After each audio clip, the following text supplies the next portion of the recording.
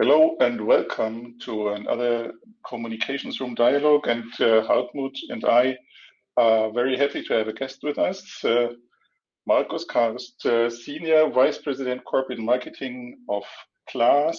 Claas is amongst farmers worldwide a famous brand. They're producing agricultural machinery and they are one of the top players in that field. And therefore we are very happy to have Markus with us.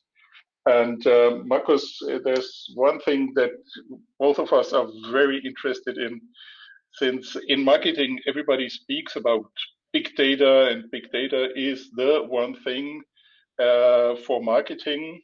And you put a little counter act against this. You are talking about reality rocks or desire for authenticity in one of your last publications.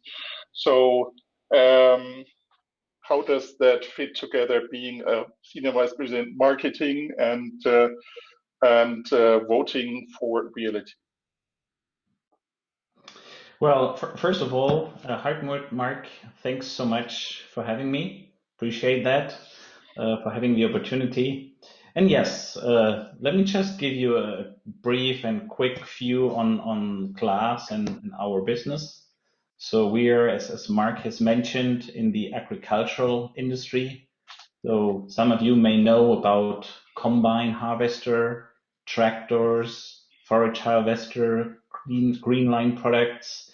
So all along this kind of products, this is something we are offering to our customers. And I think it's important to understand, because in marketing and overall, it's important to understand target groups. So this is what drives us in what we think and what we do. And I think something I want to mention in terms of reality really rocks. I think no doubt about, particularly we in marketing, we are very much concerned about big data, data analytics, chatbots, and you may know, and even your kids may know, how to operate an Instagram filter and doing some glossy Photoshop. And they at least they do it as well as agency professionals. And so it really, what happens, the reality threatens to disappear behind all the bits and bytes of the artificial world. So against this background, authenticity and dialogue between people becomes more and more important, and an advantage, actually, at least in the B2B industry like in ours. Okay, so your customers are somehow special, at least for looking at them from the outside. So farmers are looked at least in a cliche, that they are still the ones who grab into the ground with their arms. And on the other hand, you see those very, very big machines that they are driving and using. So it looks like the cliche is not really right. Well, I think you have to bear in mind, and lots of people don't know this, that in the agricultural business, the farmers, they have been working with digital systems and solutions over the last decade. So in the ag business, actually, the whole digitization is quite advanced. A lot of people don't even know. We have autonomous driving on the fields, for instance. We have farm management systems and softwares.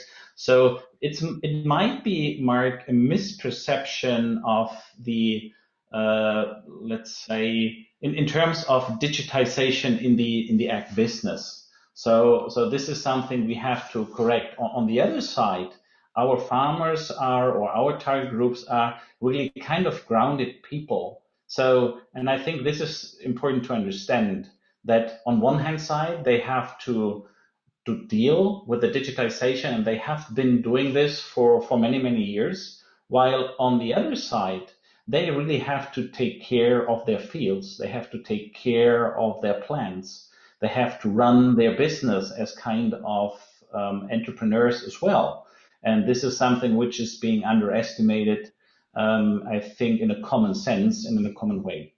So bearing that in mind, those guys, they really know how to differentiate when you actually try to show them something which does not really, let's say, match their practical business, and they would really uncover or discover immediately when you kind of tell them, let's say, some fake information. And whether it's when you look at, let's say, certain images and messages, they would really discover and uncover immediately when something is wrong. Mhm. So I have a question or an aspect on that, actually, because I like this observation, so that it's always this combination of the practical side, the grounded side, and the digital world. And I think we also see this a lot in the communications and marketing space, to look at that. And there are sometimes I really have the feeling that a lot of people that they just look at the digital side at the moment, and they just try to collect more data and have a lot of information around them, the latest data all the time available. But there's not so much sense making happening around that data actually, so that there's not a lot of meaning created. So it's just for the purpose of collecting more and more, and then gaining the feeling that you really get more control, maybe from this data that you see, and that you can track the things and what's happening in marketing and communications. And in social media, for example, that's actually a trend, I think, and I think a lot of communicators still follow up on that more and more. And I think this exactly has the or contains the problem that you mentioned, that this practical part is not covered in that aspect. And that's why I like the idea of combining both and having the farmers as an example. Maybe also a kind of like a like a like a blueprint. Also, communicators and people in the function should look more towards having this combination of practice and digital, and also by this, I think, more automatically having the sense making from the data. Because if you approach the data from this viewpoint, it's automatically more grounded, and you need to make sense from it, and not just looking at the sheer amount of data. So is this something you would share also? Yeah, An I, observation? I, I think it's really important to convey the message, not just in our ag business, but overall, what's the value add? Because gathering data, which it's a nice exercise. I mean, everyone does a pretty decent job on that, but interpreting data and getting the customer benefit across, so what he can do and make out of this data, and particularly in our industry. So when you really use the data in the way that, for instance, when you do your field work, when you can do precisely, or when you can work on the plants precisely, and that gives you a value add, literally. So there is a certain value the customer would recognize immediately. The customer, if you ask them to run a telematics module on their machines, on a tractor or a combine, this is nice, but what's the benefit out of them? And this is Mhm. something from a marketing side, we have to convey and transport this value add to the customer, not just gathering data, but putting it into value add for the customer. So I agree, Hartmut. So it's not just about collecting the data, it's using the data in a meaningful way that at the end of the day, the farmer can get in the harvest, gets it in from the field, and makes revenue out of it. And this is something where it has to be a value add, not just gaining data, and that's about it. Mhm. So for me as well, I had the same idea, like Hartmut, or the same thought that this is could be a kind of blueprint or role model for the way we all should handle data. Yeah. And that's very interesting that that it's the farmers who have a very pragmatic approach to. We know that we have to use a lot of data, but we know what for. And I really like that one, and therefore I understand better your remark in terms of reality rocks, because they are not just joining the data hype. They are still, as you said, the grounded people who have a very clear understanding of what's in it for me. Well, I totally agree, and I think, this is something we really have to take under consideration. So I think digitization brings us in marketing really undeniably good, important, and value add on one hand side, but really there is a certain risk that we kind of do misperceive the reality because of all this big data and this almost perfect, being perfect. Again, coming back to Instagram and the kids, where they kind of show and create an artificial world. And it's pretty hard for kids in particular to differentiate what's real and what's fake. And when you take into account, even for us adults, when you are interested in the stock market or in the crypto market or something like that, for instance, there's so many bots out there spreading fear, spreading uncertainty, and you would not know and to differentiate whether this is real or whether this is fake.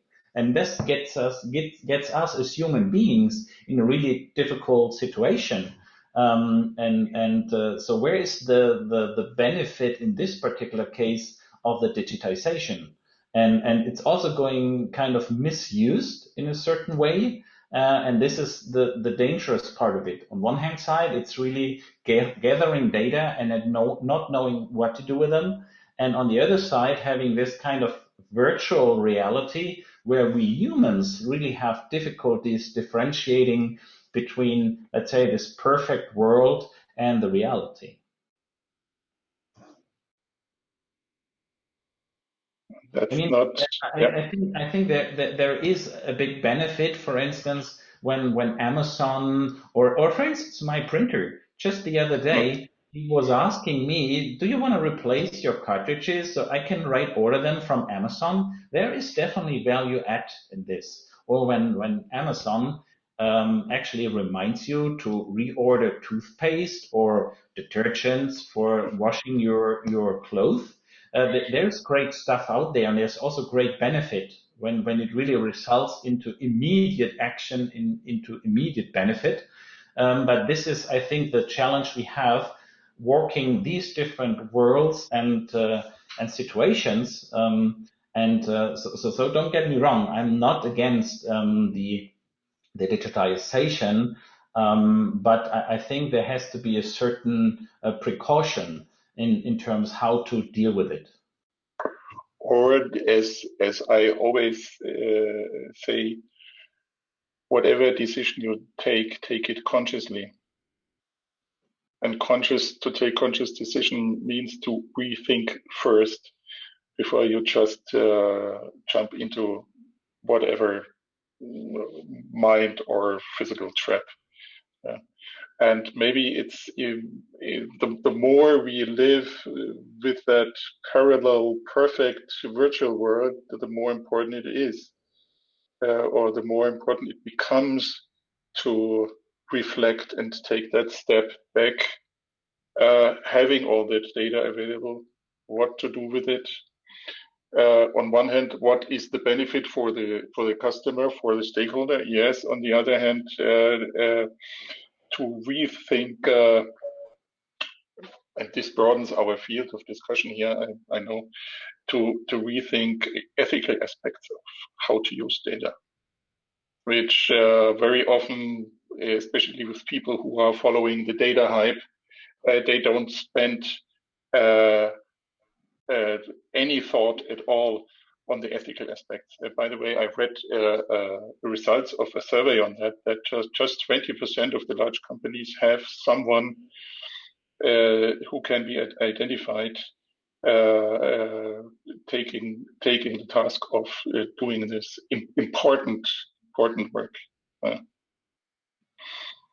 I mean, when you look into social media, for instance, I mean, even technically today with artificial intelligence, we're getting better and better understanding the sentiment of information. For instance, there is where the automation helps us to do a better interpretation. However, to your point, Mark, there still needs to be a human being understanding when something is getting to be flagged, whether this is now true, whether the context is right. So artificial intelligence is still not there to do the interpretation out of this. And it gets back to the point, we're good in gathering data, but it's the interpretation, it's the reflection you have mentioned. And when you're not able to do so, this is where the trap is. And this is where kids obviously are having a hard time, but even again, adults in certain fields and areas where bots are trying to trick us. And this is, I think, in an ethical sense, a big challenge we have as human beings on one hand side, while on the other side, understanding the value add of the digitization and of data. Also just an aspect that comes to my mind with regards to this. It's the ethical, it's the interpretation on the one hand side. The question is it also changing our role as marketing experts, as communicators in the field? And Mark, we just had this discussion recently.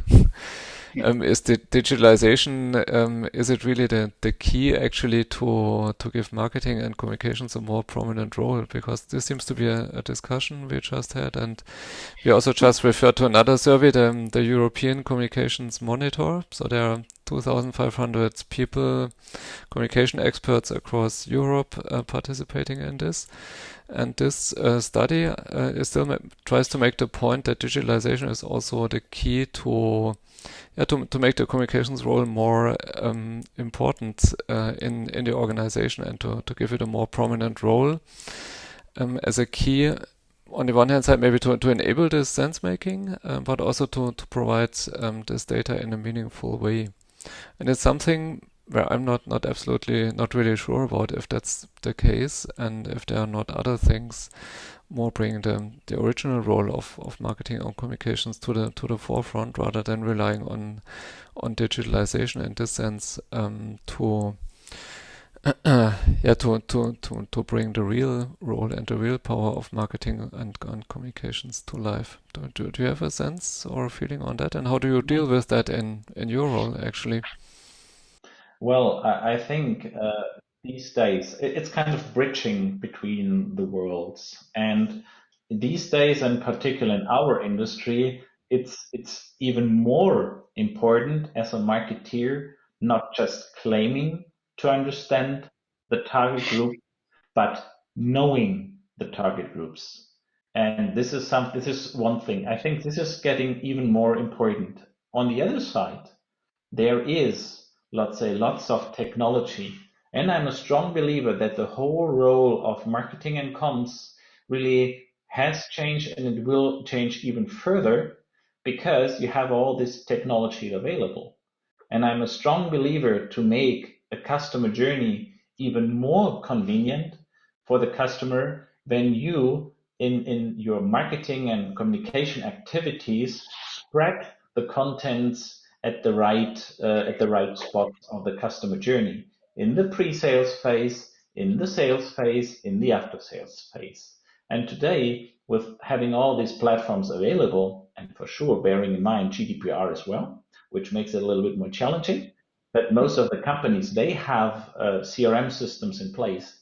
But the question for me is, when targeting, and it's all about the customer and getting the message across and the value add across, how do you do that in a meaningful way when using those systems? So this is from a marketing and comms perspective really important to understand the technology behind, to understand how important the customer segmentation is, to understand how important a CRM system is, to understand how drip campaigns with a marketing cloud, for instance, work.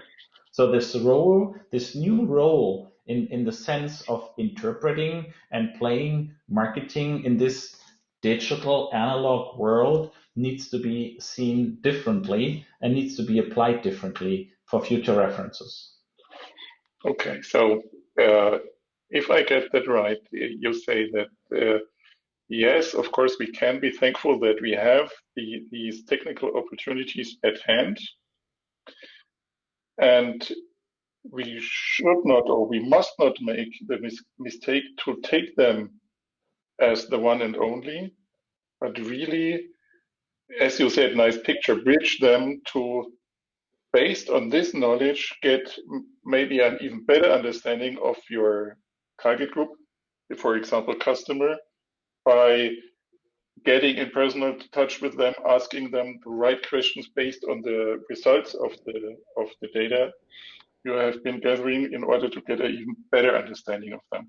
And then it's the role is not hide behind the data as Hartmut and I have sometimes as an impression, but really being the master of the data and using them in a way to become more beneficial.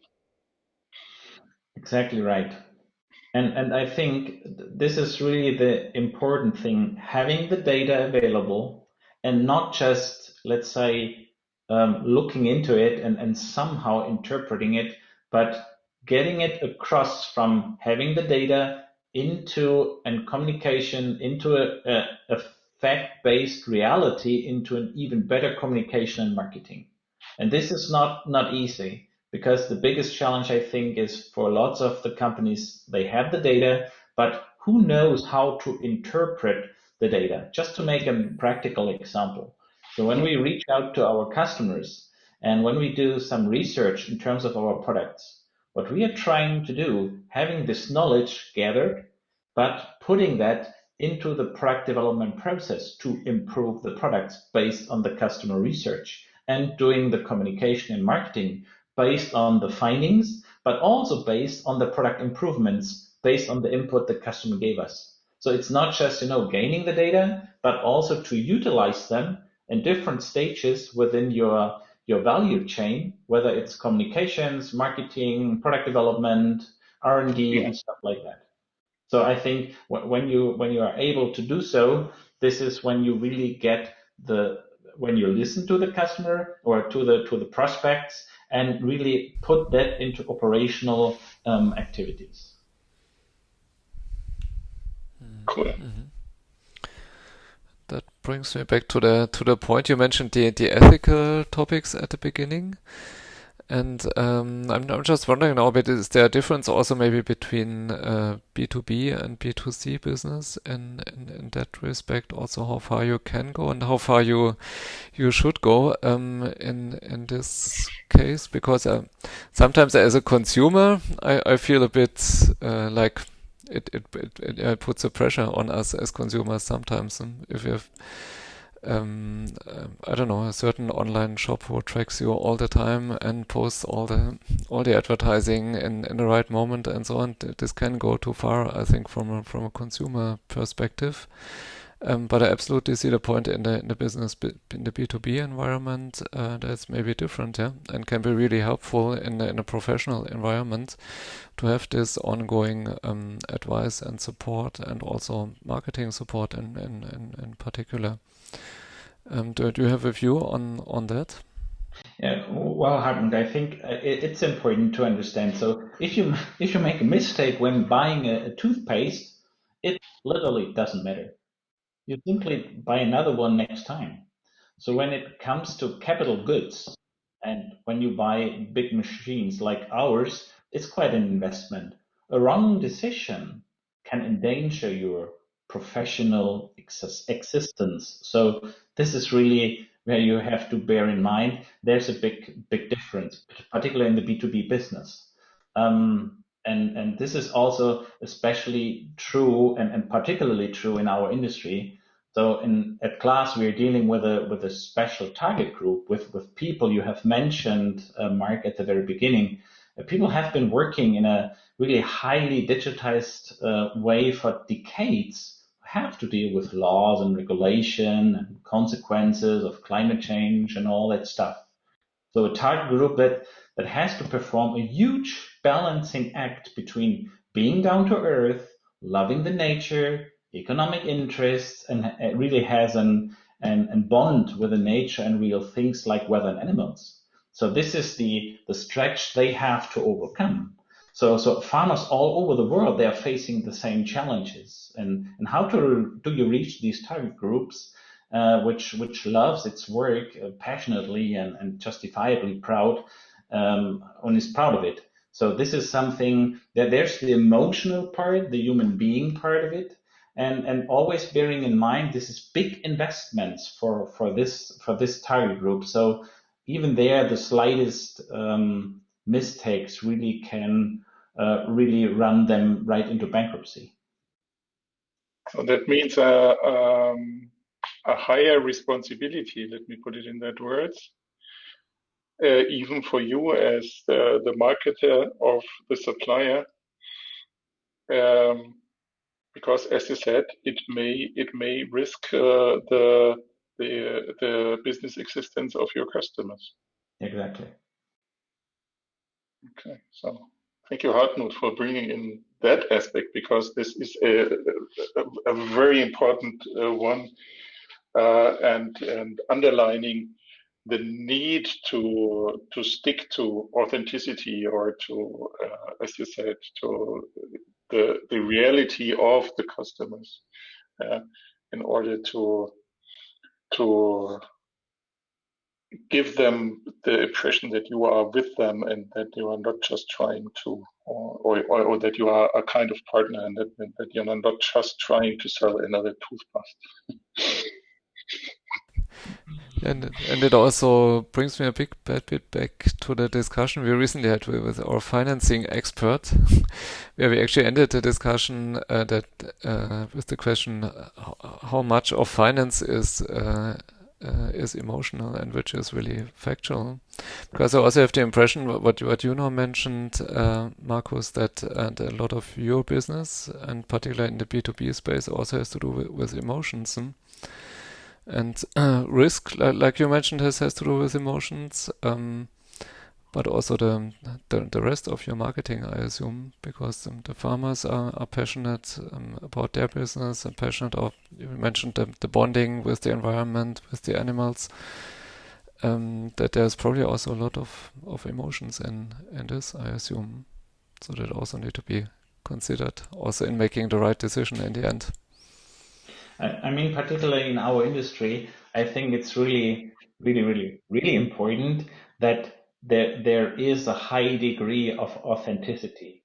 And because this is really the stretch the people have to overcome between running a business on one hand side, and there's big ag companies out there running big machinery, hundreds of millions of investments, while on the other side, being grounded and being sustainable and responsible for their fields, for our earth, for our soil as well.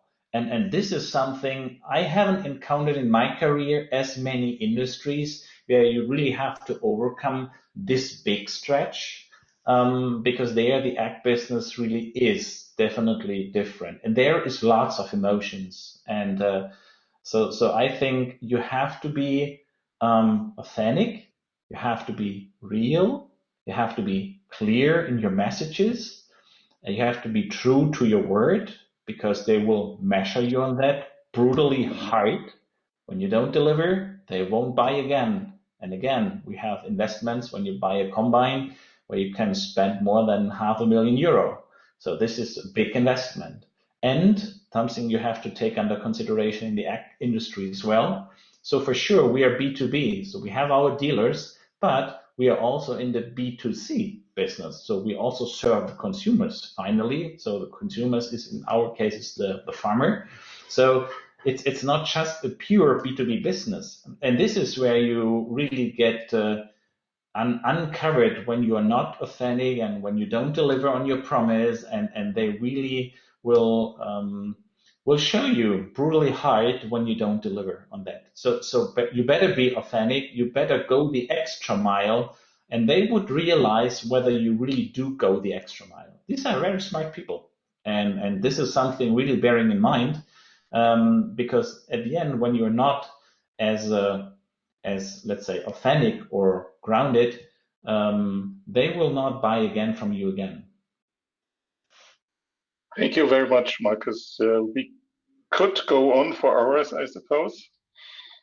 I think it is a good time to come to an end, because you rounded the story very well from the very big gap that has to be bridged, that working with big data doesn't not release, especially you in your business, in your business sector, from being authentic, that being authentic is a value in itself in your sector. And that is, I think, a strong and important message. Don't forget reality. Don't forget what drives your customers by gathering the data. Don't let your customers become data. See them still as people with emotions. And then you are on a way to stay at least as successful as you have been with Class, and maybe become even more successful. Thank you very much for your time. Thank you, Hartmut, for driving this discussion together with me. And there's one thing, that aspect of sustainability, that may be something that we could do a separate discussion on. If you have the time sometime in the future, I would be very happy to do that. Yeah, definitely. Thank you very much. Thank you. Yeah, thank you all. Thanks all to our participants, and see you next time in the communications room. Thank you. Bye-bye. Take care. Bye.